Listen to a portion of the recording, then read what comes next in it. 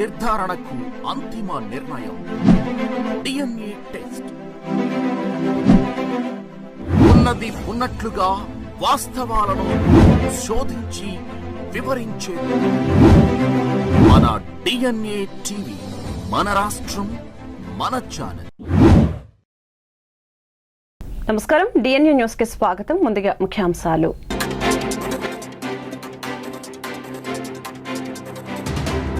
కేంద్రంలో బీజేపీ నేతృత్వంలో కొలువుదీరిన ఎన్డీఏ సర్కార్. ప్రధానమంత్రిగా నరేంద్ర మోదీ వరుసగా మూడోసారి పదవి బాధ్యతలు.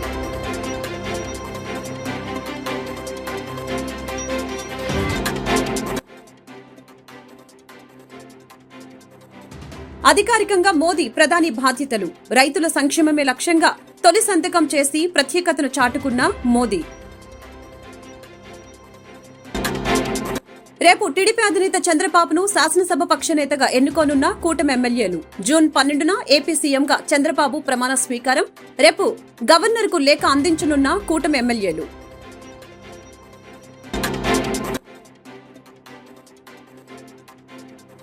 అనకాపల్లిలో నూకాంబిక అమ్మవారిని దర్శించుకున్న జనసేనాని పవన్ కళ్యాణ్.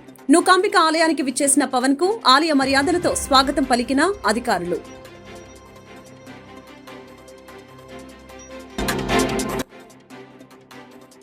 టీడీపీ అధినేత చంద్రబాబు ప్రమాణ స్వీకారం ఏర్పాట్లు ముమ్మరం. గన్నవరం కేసరపల్లి మేధా టవర్స్ పక్కన జరిగే పనుల్ని పరిశీలించిన మాజీ మంత్రి దేవినేని ఉమ. ప్రధాన మంత్రితో పాటు ఇతర ముఖ్యమంత్రులకు ప్రత్యేక ఏర్పాట్లు చేయాలని సూచన. కేంద్రంలో బీజేపీ నేతృత్వంలోని ఎన్డీఏ సర్కార్ కొలువు తీరింది. ప్రధానమంత్రిగా నరేంద్ర మోదీ వరుసగా మూడోసారి పదవి బాధ్యతలు స్వీకరించారు. ఆదివారం రాత్రి న్యూఢిల్లీలోని రాష్ట్రపతి భవన్లో అట్టహాసంగా జరిగిన కార్యక్రమంలో ఆయన ప్రమాణ స్వీకారం చేశారు. మోదీ సహా 72 మందితో కేంద్ర కేబినెట్ కూడా ఏర్పాటైంది. ప్రధాని మంత్రులతో రాష్ట్రపతి ద్రౌపది ముర్ము ప్రమాణ స్వీకారం చేయించారు. 30 మందికి కేబినెట్ మంత్రులుగా అవకాశం లభించింది. మరొక 5గురిని స్వతంత్ర హోదాతో సహాయ మంత్రులుగా, 36 మందిని సహాయ మంత్రులుగా మంత్రివర్గంలోకి తీసుకున్నారు. బీజేపీ జాతీయ అధ్యక్షుడు జేపీ నడ్డాను 5 ఏళ్ల తర్వాత మరొకసారి కేబినెట్లోకి తీసుకున్నారు. మధ్యప్రదేశ్ మాజీ ముఖ్యమంత్రి శివరాజ్ సింగ్ చౌహాన్, హర్యానా మాజీ ముఖ్యమంత్రి మనోహర్ లాల్ ఖట్టర్ కూడా మంత్రులుగా ప్రమాణం చేశారు. గత మంత్రివర్గంలో కీలక శాఖ బాధ్యతలు నిర్వర్తించిన రాజ్నాథ్ సింగ్, అమిత్ షా, నితిన్ గడ్కరీ, నిర్మలా సీతారామన్, ఎస్ జైశంకర్ తదితరులు మరొకసారి మంత్రులుగా బాధ్యతలు స్వీకరించారు. రాజ్యసభ సభ్యులుగా ఉండి గత మంత్రివర్గంలో కొనసాగిన పీయూష్ గోయల్, జ్యోతిరాదిత్య సింధియా, ధర్మేంద్ర ప్రధాన్, భూపేందర్ యాదవ్ ఈసారి లోక్సభ సభ్యులుగా మంత్రివర్గంలో చేరారు. కాగా జవహర్ లాల్ నెహ్రూ తర్వాత వరుసగా మూడోసారి ప్రధాని పదవిని చేపట్టిన వ్యక్తిగా నరేంద్ర మోదీ నిలిచారు. తెలంగాణ నుంచి కిషన్ రెడ్డికి మరొకసారి మంత్రిగా అవకాశం లభించింది. కరీంనగర్ ఎంపీ బండి సంజయ్ను సహాయ మంత్రిగా తీసుకున్నారు. దేశ ప్రధానిగా నరేంద్ర మోదీ మరొకసారి ప్రమాణ స్వీకారం చేసిన విషయం తెలిసిందే. వరుసగా మూడోసారి దేశ ప్రధానిగా ఆదివారం రాత్రి రాష్ట్రపతి భవన్లో మోదీ ప్రమాణ స్వీకారం చేశారు. ఈ నేపథ్యంలో కాసేపటి క్రితమే మోదీ అధికారికంగా ప్రధానిగా బాధ్యతలు స్వీకరించారు. ఇక మూడోసారి ప్రధాని అయిన మోదీ తొలి సంతకం దేనిపై చేస్తారని అందరిలో ఆసక్తి నెలకొంది. మోదీ మూడోసారి ప్రధాని అయిన తర్వాత సంక్షేమానికి జైకొట్టారు. రైతుల సంక్షేమమే లక్ష్యంగా మోదీ తొలి సంతకం చేసి ప్రత్యేకతను చాటుకున్నారు. పీఎం కిసాన్ పథకం కింద 17వ విడత నిధుల్ని విడుదల చేశారు. రైతుల అభ్యున్నతికి తమ ప్రభుత్వం కట్టుబడి ఉందన్న ఆయన అందుకే బాధ్యతలు చేపట్టిన వెంటనే రైతులకు సంబంధించిన దస్త్రంపై మొదటి సంతకం చేసినట్లు తెలిపారు. ఈ 5 ఏళ్లలో రైతుల కోసం మరిన్ని చర్యలు చేపడతామని ఈ సందర్భంగా మోదీ తెలిపారు. కాగా పీఎం కిసాన్ పథకంలో భాగంగా దేశంలో 9.3 కోట్ల మంది రైతులకు 2,000 చొప్పున 20,000 కోట్ల రూపాయల నిధులు వారి ఖాతాల్లో జమ కానున్నాయి. ఇదిలా ఉంటే మూడోసారి ప్రభుత్వాన్ని ఏర్పాటు చేసిన తర్వాత మోదీ ఈరోజు తొలి కేబినెట్ భేటీ నిర్వహించనున్నారు. సాయంత్రం 5 గంటలకు ఈ సమావేశం ఉండనుంది. అయితే అంతలోపు మంత్రులకు శాఖల కేటాయింపు ప్రక్రియ పూర్తి కానుందని తెలుస్తోంది. మోదీ నేతృత్వంలో జరగనున్న మంత్రి మండలి సమావేశంలో 71 మంది మంత్రులు పాల్గొంటారు. ప్రభుత్వ లక్ష్యాలు, విధానాలపై కొత్త మంత్రులకు మోదీ దిశానిర్దేశం చేయనున్నారు. మోదీ బాధ్యతలు స్వీకరించిన తర్వాత 120 రోజుల కార్యాచరణను సిద్దం చేసుకుంటున్నట్లు తెలుస్తోంది. ఆంధ్రప్రదేశ్ సార్వత్రిక ఎన్నికల్లో కూటమి ఘన విజయం సాధించిన సంగతి తెలిసిందే. టీడీపీ అధినేత నారా చంద్రబాబు నాయుడు ఏపీ సీఎంగా ప్రమాణ స్వీకారం చేయబోతున్నారు. ఈ సందర్భంగా విశాఖ శారదా పీఠం పీఠాధిపతి స్వరూపానందేంద్ర స్వామి ఆసక్తికర వ్యాఖ్యలు చేశారు. రాష్ట్రంలో ఏ ప్రభుత్వం వచ్చినా ఎవరు తమ వద్దకు వచ్చినా మేమున్నది ఉన్నట్లుగానే మాట్లాడతాం. దూరమైనా పర్వాలేదు కానీ సంపాదించుకోవాలి, దాచుకోవాలనేదే కానీ కాదు. ఏబిఎన్ ఆంధ్రజ్యోతి సంస్థల అధినేత వేమూరి రాధాకృష్ణతో తనకు చాలా అనుబంధం ఉంది. నేను ఎలా ఉంటానని ఆయనకి బాగా తెలుసు. ఈ 5 ఏళ్లలో పీఠం ఎలా ఉందో ఇప్పుడు అలాగే ఉంది. ఇప్పుడు చంద్రబాబును కొత్తగా నేను పొగుడుతున్నానని అనుకోవద్దు. అప్పుడు 2014లో సీఎం అయినప్పుడు కూడా రాజమండ్రిలో సభలు పెట్టి చంద్రబాబు ముఖ్యమంత్రి కావటం సంతోషంగా ఉందని స్వరూపానందేంద్ర స్వామి చెప్పుకొచ్చారు.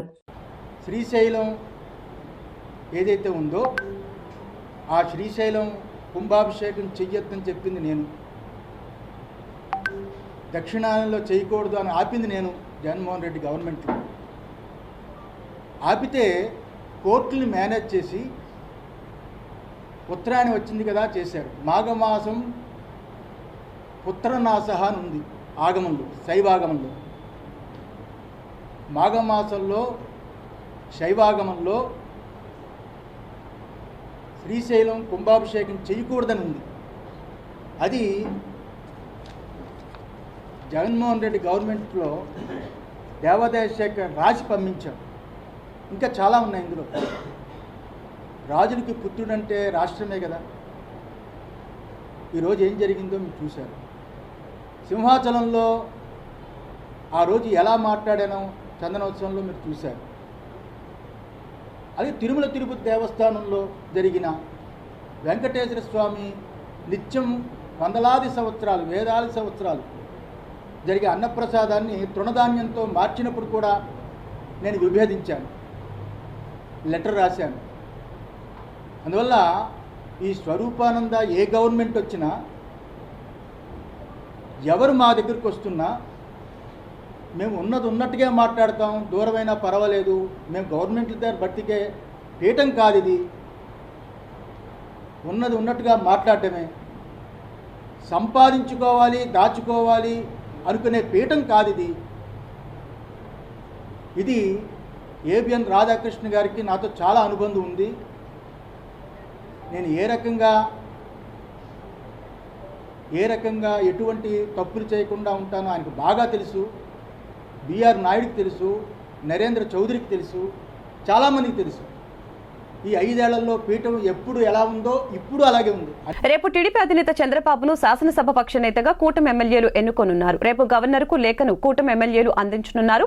ఆంధ్రప్రదేశ్ ఏర్పడిన తర్వాత ఈ నెల 12న చంద్రబాబు రెండవసారి ముఖ్యమంత్రిగా ప్రమాణ స్వీకారం చేయనున్నారు. ఏపీలో టీడీపీ, జనసేన, బీజేపీ కూటమి చరిత్రలో నిలిచిపోయే విజయం సాధించడం తెలిసింది. ఏపీలో మొత్తం అసెంబ్లీ స్థానాలు 175 కాగా కూటమి ప్రభంజనం సృష్టిస్తూ ఏకంగా 164 స్థానాల్లో జయబేరి మోగించింది. టీడీపీ 135, జనసేన 21, బీజేపీ 8 స్థానాలు గెలిచాయి. ఈ నేపథ్యంలో టీడీపీ అధినేత చంద్రబాబు జూన్ 12న ఏపీ ముఖ్యమంత్రిగా ప్రమాణ స్వీకారం చేయనున్నారు. దీనికి ముందుగా రేపు చంద్రబాబును కూటమి ఎమ్మెల్యేలు శాసనసభ పక్ష నేతగా ఎన్నుకోనున్నారు.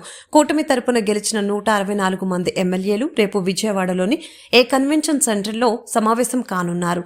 ఈ కీలక భేటీ ఉదయం 9:30 జరగనుంది.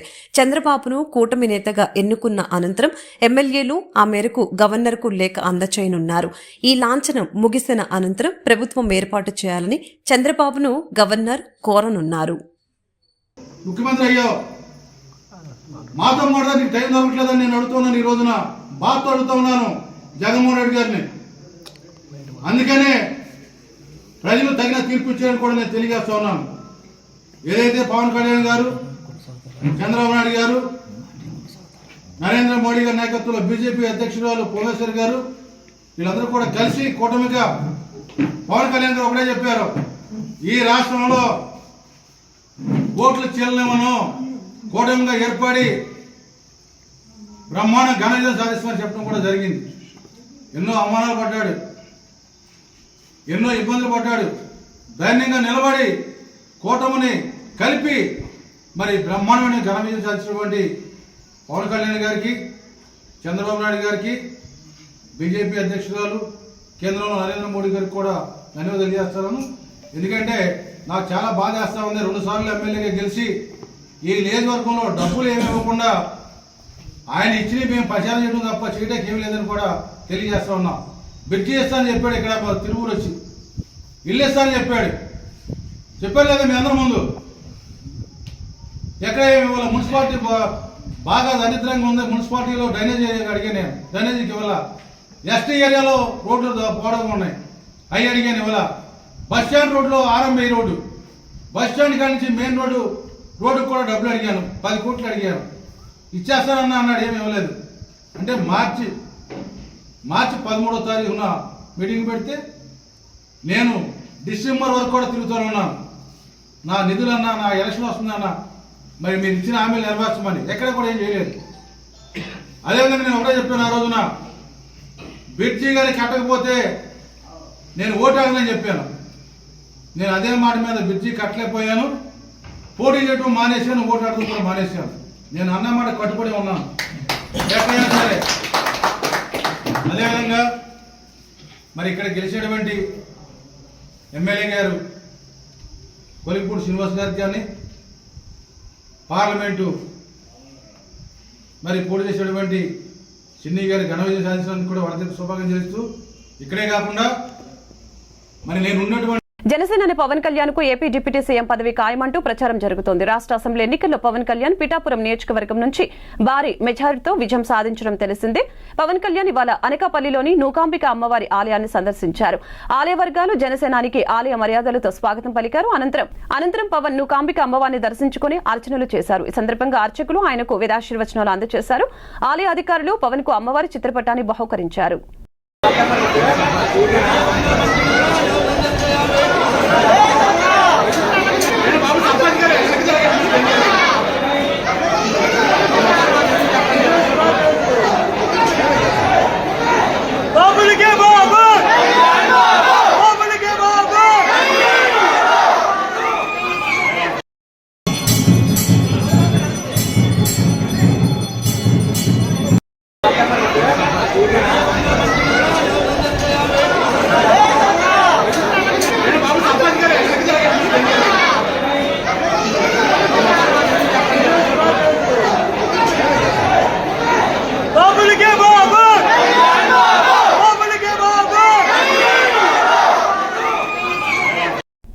ముఖ్యమంత్రిగా నారా చంద్రబాబు నాయుడు ప్రమాణ స్వీకారానికి ఏర్పాట్లు చకచక జరుగుతూ ఉన్నాయి. గన్నవరం మండలం కేసరపల్లి మేధా టవర్స్ పక్కన జరిగే పనుల్ని సోమవారం టీడీపీ నేత మాజీ మంత్రి దేవినేని ఉమామేశ్వరరావు పర్యవేక్షించారు.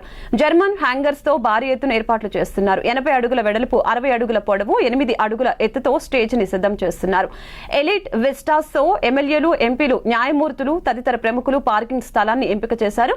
ప్రధానమంత్రి, ఇతర రాష్ట్రాల ముఖ్యమంత్రులు ప్రధాన సభ వేదిక వద్దకు చేరుకునేందుకు వీలుగా ప్రత్యేకంగా బ్యారికేడ్లు ఏర్పాటు చేయాలని సూచనలు జారీ చేశారు.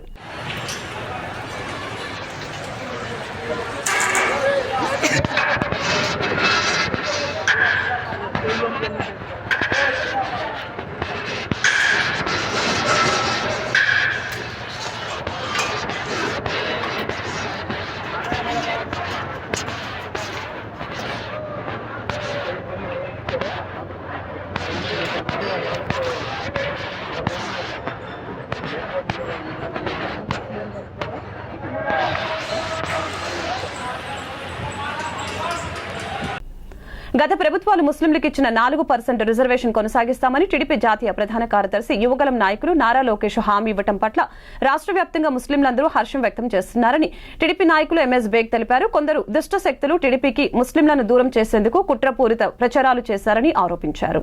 సోమవారం పంజా సెంటర్లో ముస్లింలకు 4% రిజర్వేషన్ కొనసాగిస్తామని హామీ ఇచ్చిన నారా లోకేష్ చిత్రపటానికి పాలాభిషేకం జరిగింది. నియోజకవర్గ మైనార్టీ సెల్ అధ్యక్షులు ఎండి రజవుల్లాహ్ ఆధ్వర్యంలో జరిగిన ఈ కార్యక్రమంలో ముఖ్య అతిథిగా ఎంఎస్ బేగ్ పాల్గొని మాట్లాడారు. గత ప్రభుత్వాలు ముస్లింలకు 4% రిజర్వేషన్ కొనసాగించిన విధంగానే తాము కూడా కొనసాగిస్తామని తమ నాయకుడు నారా లోకేష్ హామీ ఇచ్చారని తెలిపారు. ముస్లింలను తెలుగుదేశం పార్టీకి దూరం చేసేందుకు కొన్ని దుష్ట శక్తులు అసత్య ప్రచారాలు చేశారని విమర్శించారు. చంద్రబాబు అమరావతిని, రాష్ట్రాన్ని అభివృద్ధి చేస్తారని, కేవలం అభివృద్ధి సంక్షేమం మాత్రమే ఆయనకు తెలుసని తెలిపారు.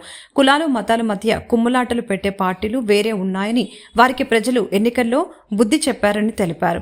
గత ప్రభుత్వ పాలనలో రాష్ట్రంలోని అన్ని రంగాలు పూర్తిగా వెనుకపడిపోయాయని, వాటిని అభివృద్ధిలోకి తీసుకుని రావటమే ధ్యేయంగా చంద్రబాబు పాలన ఉంటుందని తెలిపారు. అందుకు ఉదాహరణ చంద్రబాబు ప్రమాణ స్వీకారానికి ముందే అమరావతిలో అభివృద్ధి పనులు ప్రారంభం అయ్యాయని తెలిపారు. ఈ కార్యక్రమంలో ఆ పార్టీ ముస్లిం నేతలు పాల్గొన్నారు. అందరికి నమస్కారం. జూన్ 4వ తారీఖున ఎన్డీఏ కూటమి ఘన విజయం సాధించిన తర్వాత అటు కేంద్రంలోనూ ఇటు రాష్ట్రంలోనూ ఒక మంచి సుపరిపాలన రాబోతుందని చెప్పి ప్రజలందరూ కూడా విశ్వసించి మనందరిని కూడా అధికారం మనకు అప్పచెప్పడం జరిగింది. ఈ నేపథ్యంలో మనం అందరం చూసాం, నిన్న నరేంద్ర మోదీ గారి ప్రధానమంత్రిగా 3వసారి ప్రమాణ స్వీకారం చేయడం, దాంతోపాటు మన ఆంధ్రప్రదేశ్ నుంచి కూడా 3 మంత్రులను కూడా అవకాశం కల్పించడం ఆ క్యాబినెట్లో చాలా సంతోషకరమైన విషయం. ఈరోజు నారా చంద్రబాబు నాయుడు గారు, పవన్ కళ్యాణ్ గారి యొక్క పాత్ర కేంద్రంలోనూ రాష్ట్రంలోనూ చాలా కీలకంగా మారినందుకు మనం అందరం కూడా నారా చంద్రబాబు నాయుడు గారి యొక్క నాయకత్వాన్ని, అలాగే పవన్ కళ్యాణ్ గారి యొక్క నాయకత్వాన్ని బలపరుస్తూ ఇక్కడ ఆంధ్ర రాష్ట్రంలో అభివృద్ధి, సంక్షేమం, సురక్ష, భద్రత అనే అంశాల మీద మనం అందరం కూడా ముందుకెళ్తామని చెప్పి ఇటు రాష్ట్ర రాజధానిగా అమరావతి, పోలవరం అనే 2 అంశాల మీద ముందడుగేసి నిన్న నారా చంద్రబాబు నాయుడు గారు కూడా మొట్టమొదటిసారిగా అమరావతిలో మళ్ళీ ఆయన ప్రమాణ స్వీకారం చేసే ముందే కార్యక్రమం మొదలెట్టారు. ఈ నేపథ్యంలో తెలుగుదేశం పార్టీ జాతీయ ప్రధాన కార్యదర్శి అయినటువంటి యువగళం రథసారథి, యువకుల ఆరాధ్య దేవుడు అని చెప్పొచ్చు మన నారా లోకేష్ గారు. ఆయన నిన్న నేషనల్ మీడియాలో మాట్లాడుతూ ఒక ప్రశ్న విలేకరు అడిగిన ప్రశ్నకి 4% రిజర్వేషన్స్ ముస్లిం మైనార్టీల పట్ల ఏ రకమైన మీరు నిర్ణయం ఉండబోతుందని అడగడం జరిగింది. గతంలో 20 సంవత్సరాల నుంచి 4% రిజర్వేషన్ ముస్లిం సోదరులందరూ కూడా గత ప్రభుత్వాలు అందజేశాయి. ఆ ప్రభుత్వంలో నారా చంద్రబాబు నాయుడు గారి ప్రభుత్వం హయాంలో కూడా 4% రిజర్వేషన్ ముస్లిం మైనార్టీలు కంటిన్యూ చేస్తున్నగే. అదేవిధంగా మరెన్నో పథకాలు నారా చంద్రబాబు నాయుడు గారు ముస్లిం సోదరులందరూ కూడా పెద్ద ఎత్తున అందజేయడం జరిగింది. మరి అదేవిధంగా ఈ యొక్క ప్రభుత్వంలో నిన్న విలేకరు అడిగిన ప్రశ్నకి మా యువ నాయకులు చాలా స్పష్టంగా గతంలో ఈ యొక్క అధికారంలో ఉన్న పార్టీలందరూ కూడా చెడు ప్రచారం చేసి తప్పుడు ప్రచారాల ద్వారా ముస్లిం మైనార్టీలందరినీ కూడా తెలుగుదేశం పార్టీకి దూరం చేసే ప్రయత్నం చేయడం జరిగింది. కానీ మొదటి నుంచి మేము చెప్తా ఉన్నాం, నారా చంద్రబాబు నాయుడు గారు ఒక సెక్యులర్ పర్సన్, నారా లోకేష్ గారు కూడా సెక్యులర్ పర్సన్. అలాంటి వ్యక్తి నిన్న మాట్లాడుతూ ఏదైతే గత 2 దశాబ్దాలుగా ముస్లిం మైనార్టీలకు 4% రిజర్వేషన్ కొనసాగించాయో అదేవిధంగా ఈ యొక్క ప్రభుత్వం నారా చంద్రబాబు నాయుడు గారు ఎన్డీఏ కూటమి ప్రభుత్వంలో కూడా ముస్లిం మైనార్టీస్కి 4% రిజర్వేషన్ మనం కొనసాగిస్తామని చెప్పి బహిరంగంగా ఆయన ప్రకటన చేయడం జరిగింది.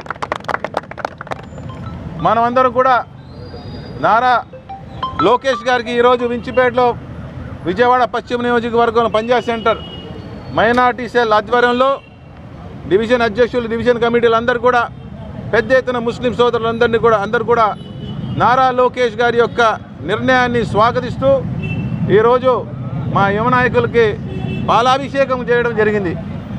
మనమందరం కూడా ముస్లిం సోదరులు ఒకటే మెసేజ్ ఇవ్వదలుస్తున్నాం, మీరందరూ కూడా 4% రిజర్వేషన్తో పాటు ఏవైతే సంక్షేమ కార్యక్రమాలు మనం మేనిఫెస్టోలో విడుదల చేశామో ₹1,00,000 దుల్హన్ పథకం కింద నారా చంద్రబాబు నాయుడు గారు ఇస్తానన్నారు తెలుగుదేశం పార్టీ అధికారం వచ్చాక. అంతేకాదు హజ్ యాత్రకి వెళ్ళే వాళ్ళందరూ కూడా ₹1,00,000 నేను వాళ్ళందరూ కూడా ఫండ్ ఇస్తానన్నారు, మాఫీ చేస్తా అన్నారు. మరెన్నో పథకాలు మనం చూస్తూ ఉంటే మన ముస్లిం మైనార్టీల మేనిఫెస్టోలో చూస్తే మైనార్టీల పక్షపాతి ఎవరైనా ఉన్నారంటే అది తెలుగుదేశం పార్టీ అని చెప్పి మనం అందరం కూడా గర్వపడాల్సిన అవసరం ఉంది. ఈ నేపథ్యంలో మనమందరం కూడా ఆంధ్ర రాష్ట్రంలో చూసాం.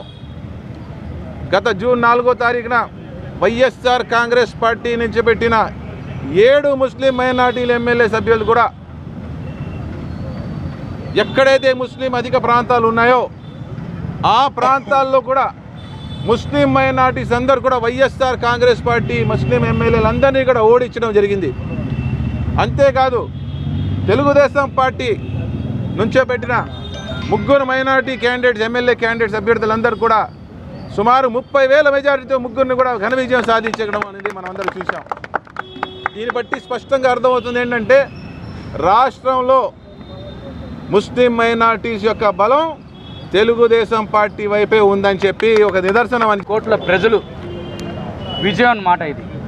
ఎందుకంటే బాబు వస్తేనే జాబు వచ్చిద్దని ప్రజలు నమ్మారు కాబట్టి ఘనంగా మనకు ఓట్లేసి బంపర్ మెజార్టీతో గెలిపించారు. అలాగే బాబు వస్తేనే జాబ్స్ వస్తాయి, బాబు వస్తేనే ఇండస్ట్రీస్ వస్తాయి, బాబు వస్తేనే బడుగు బలహీన వర్గాల ఎస్సీ ఎస్టీ మైనార్టీ అందరూ బాగుపడతారని తెలుసుకున్నారు ప్రజలు.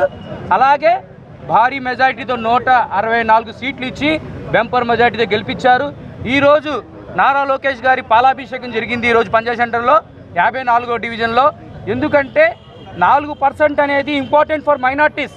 ఎందుకంటే ఈరోజు మేము 12% ఉన్న రాష్ట్రంలో 12% మైనార్టీస్ ఉన్నారు టోటల్ పాపులేషన్లో. దాంట్లో 80 నుంచి 85% డైలీ బయటికి వెళ్తేనే పనికి వెళ్తేనే వాళ్ళు ఇల్లు గడిచిద్ది. అలాంటి పర్సన్స్కి ఆ 4% రిజర్వేషన్ పనికొచ్చిద్ది. అలాంటి పర్సన్స్ రేపు చదువుకున్నారంటే ఒక ఇంజనీరింగ్ చదువుకోవచ్చు ఆ 4% రిజర్వేషన్తో. అలాగే ఒక ఎంబీబీఎస్ చేయొచ్చు. అలాగే ప్రతి ఒక్కరు ఒక స్కిల్ డెవలప్మెంట్ ద్వారా ఒక ఉపాధి పొందొచ్చు. అలాగే ఉద్యోగాలు కూడా పొందొచ్చు. అలాగే ఈ నియోజకవర్గం కూడా డెవలప్ అయ్యిద్ది, ఈ రాష్ట్రం కూడా డెవలప్ అయ్యిద్ది. కాబట్టి 4% ఏదైతే నారా లోకేష్ గారు ఎలక్షన్స్కి ముందు ఏదైతే చెప్పారో ఇప్పుడు అది అమలు పరుస్తున్నారు. కాబట్టి నారా లోకేష్కి మన మైనార్టీ తరపు నుంచి, అలాగే 54వ డివిజన్ తరపు నుంచి, అలాగే ఎంఎస్ బేగ్ గారి తరపు నుంచి ధన్యవాదాలు తెలుపుతున్నాము. ఆంధ్రప్రదేశ్లోని మద్యం ప్రియులకు ఇది బ్రహ్మాండమైన శుభవార్తే. గత 5 ఏళ్లుగా బ్రాండెడ్ మద్యం కోసం కళ్ళు కాయలు కాచేలా ఎదురు చూసిన వారి ఆశలు ఫలించాయి. ప్రభుత్వం మారటంతో బ్రాండెడ్ మద్యం మళ్లీ దిగుమతి అవుతోంది. కొత్త స్టాక్ తో మద్యం దుకాణాలు కలకలలాడుతున్నాయి. తాజాగా కింగ్ ఫిషర్ బీర్లు గోడౌన్లకు చేరుకున్నాయి. సోమవారం పంజాబ్ సెంట్రల్లో ముస్లింలకు 4% రిజర్వేషన్ కొనసాగిస్తామని హామీ ఇచ్చిన నారా లోకేష్ చిత్రపటానికి పాలాభిషేకం జరిగింది. నియోజకవర్గ మైనార్టీ సెల్ అధ్యక్షులు ఎండి రజవుల్లాహ్ ఆధ్వర్యంలో జరిగిన ఈ కార్యక్రమంలో ముఖ్య అతిథిగా ఎంఎస్ బేగ్ పాల్గొని మాట్లాడారు. గత ప్రభుత్వాలు ముస్లింలకు 4% రిజర్వేషన్ కొనసాగించిన విధంగానే తాము కూడా కొనసాగిస్తామని తమ నాయకుడు నారా లోకేష్ హామీ ఇచ్చారని తెలిపారు. ముస్లింలను తెలుగుదేశం పార్టీకి దూరం చేసేందుకు కొన్ని దుష్ట శక్తులు అసత్య ప్రచారాలు చేశారని విమర్శించారు. చంద్రబాబు అమరావతిని రాష్ట్రాన్ని అభివృద్ధి చేస్తారని, కేవలం అభివృద్ధి సంక్షేమం మాత్రమే ఆయనకు తెలుసని తెలిపారు. కులాలు మతాల మధ్య కుమ్ములాటలు పెట్టే పార్టీలు వేరే ఉన్నాయని, వారికి ప్రజలు ఎన్నికల్లో బుద్ధి చెప్పారని తెలిపారు. గత ప్రభుత్వ పాలనలో రాష్ట్రంలోని అన్ని రంగాలు పూర్తిగా వెనకపడిపోయాయని, వాటిని అభివృద్ధిలోకి తీసుకుని రావటమే ధ్యేయంగా చంద్రబాబు పాలన ఉంటుందని తెలిపారు.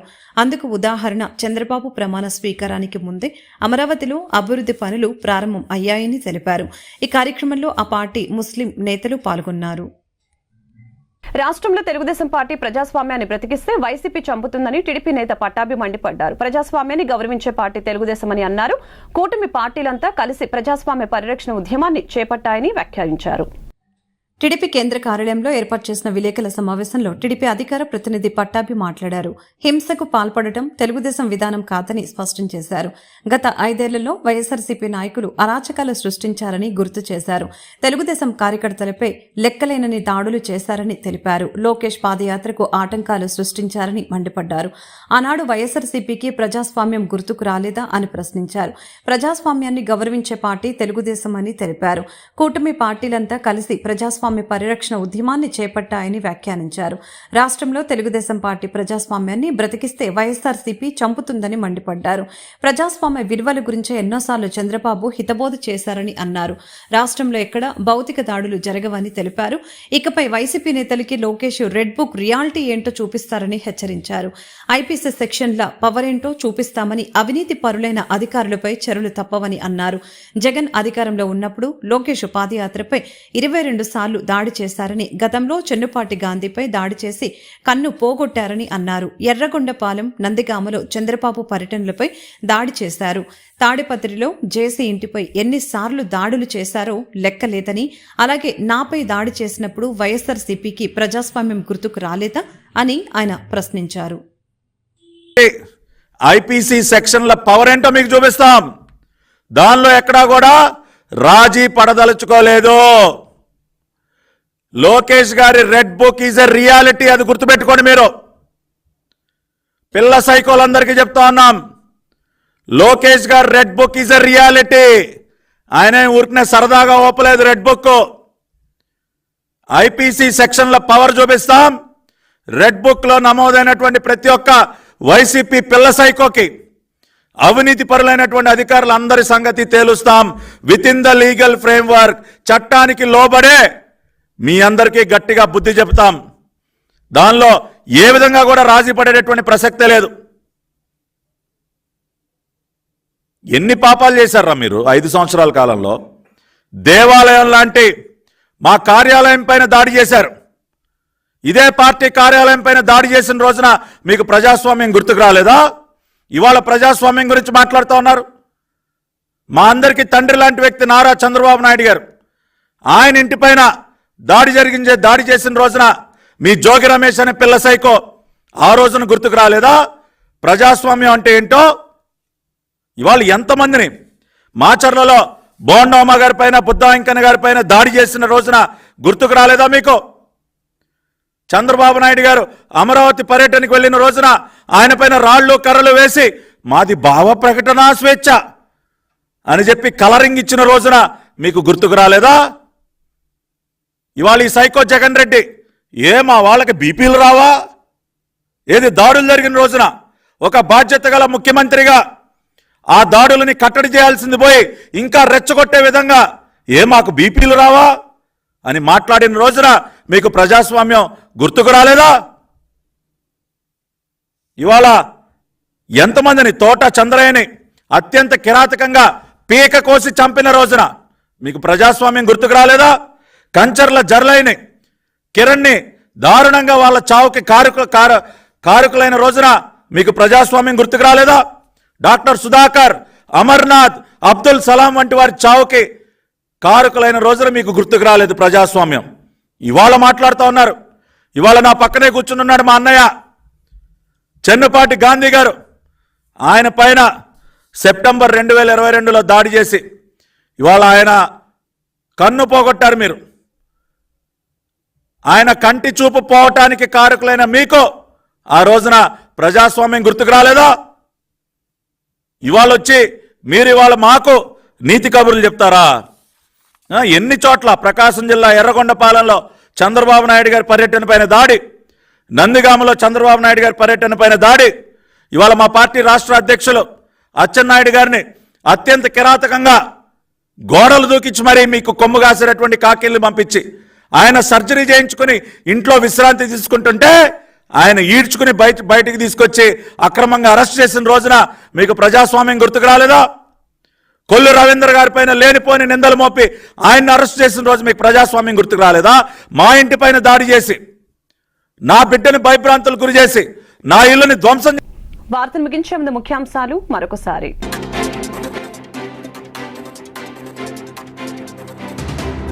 కేంద్రంలో బీజేపీ నేతృత్వంలో కొలువుదీరిన ఎన్డీఏ సర్కార్.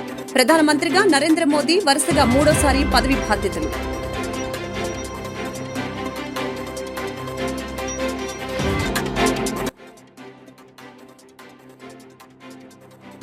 అధికారికంగా మోదీ ప్రధాని బాధ్యతలు. రైతుల సంక్షేమమే లక్ష్యంగా తొలి సంతకం చేసి ప్రత్యేకతను చాటుకున్న మోదీ.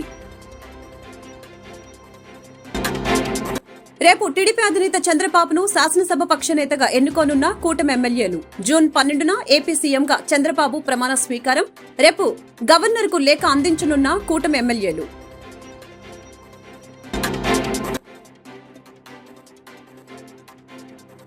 అనకాపల్లిలో నూకాంబిక అమ్మవారిని దర్శించుకున్న జనసేనాని పవన్ కళ్యాణ్.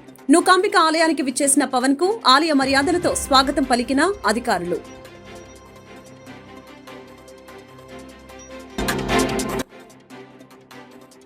టీడీపీ అధినేత చంద్రబాబు ప్రమాణ స్వీకారం ఏర్పాట్లు ముమ్మరం. గన్నవరం కేసరపల్లి మేధా టవర్స్ పక్కన జరిగే పనుల్ని పరిశీలించిన మాజీ మంత్రి దేవినేని ఉమా. ప్రధాన మంత్రితో పాటు ఇతర ముఖ్యమంత్రులకు ప్రత్యేక ఏర్పాట్లు చేయాలని సూచన.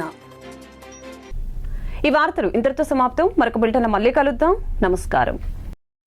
నిజ నిర్ధారణకు అంతిమ నిర్ణయం DNA టెస్ట్.